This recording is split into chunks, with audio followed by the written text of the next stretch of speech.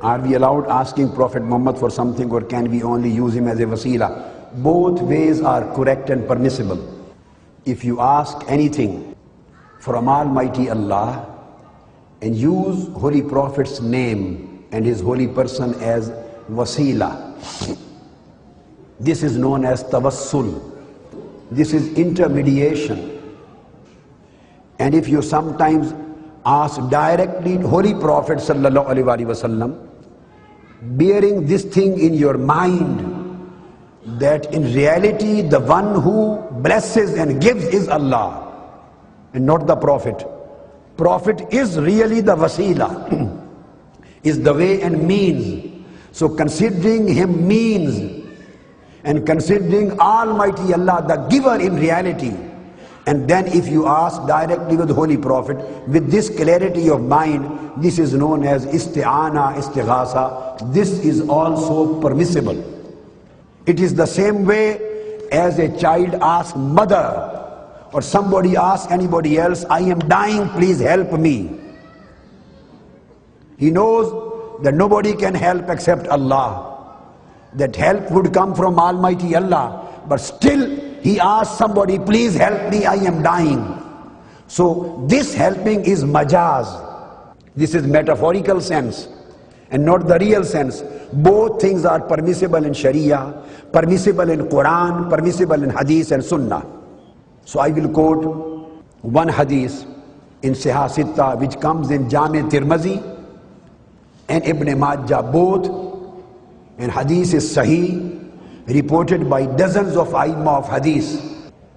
A person who was blind came to Holy Prophet sallallahu alaihi wasallam and he asked, Ya Rasulullah sallallahu alaihi wasallam, I am blind, please pray for me. So Holy Prophet sallallahu alaihi wasallam asked him, what do you want?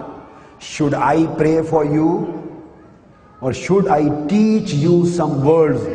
You back to your home and pray Almighty Allah in those words. What do you prefer? He said, just teach me the words how to pray. So what was the dua taught by Holy Prophet sallallahu alaihi wasallam? He said, go back to your home, perform ablution, wudu, then read 2 circles of nafl, prayer, 2 rak'ah of nafl, raise your hands and make this dua in following words. Holy Prophet sallallahu alaihi wasallam, according to this hadith which I am telling, this is Sahih and Hasan.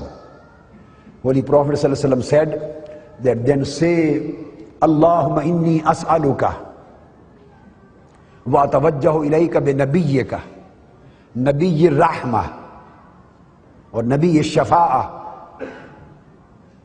Almighty Allah, pray and then ask, oh Allah, I ask you, inni as'aluka wa atawajjahu ilayka bi nabiyyika, and I intermediate through Prophet Muhammad sallallahu alaihi wasallam to you.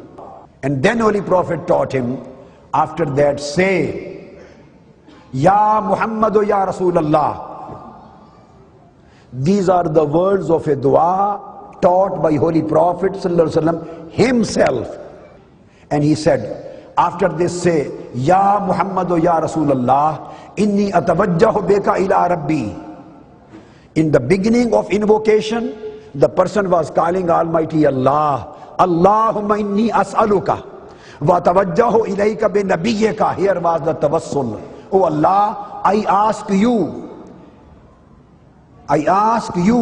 in the name, for the sake of Prophet Muhammad sallallahu alaihi wasallam. So in first instance, the dua was made in Vaseela of Holy Prophet.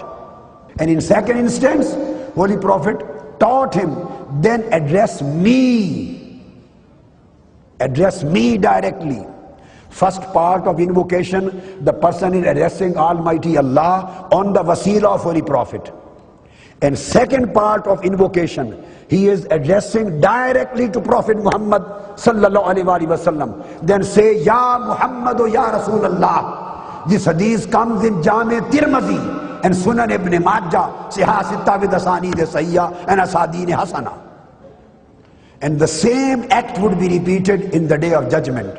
On the day of judgment, The whole ummah, the people will come to Holy Prophet ﷺ. First of all, they will go to Sayyidina Adam, then they will go to Sayyidina Nuh, then to Ibrahim, and one by one, finally everybody will say, no, no one can help you. Izhabu ila ghairi, go to somebody else.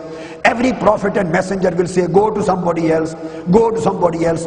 All communities and ummahs together, one by one, will finally come to Holy Prophet Muhammad sallallahu alaihi wasallam. Ya Rasulullah, we are in trouble, please help us. So they will come for help on the day of judgment in front of Almighty Allah.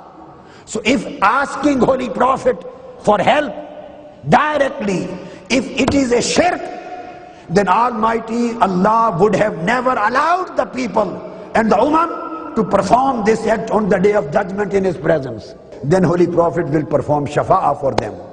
So this day of judgment will contain istighasa and shafa'ah. And in Sahih Bukhari, Holy Prophet ﷺ, the world of hadith, Sahih Bukhari hadith is, they say, istaghasu bi Adam. They will go and seek help from Sayyidina Adam, then from Nuh, then from Ibrahim, and finally they will come to me to beseech help from me. And Holy Prophet will never say, why you are crying and coming to me? Go to Almighty Allah.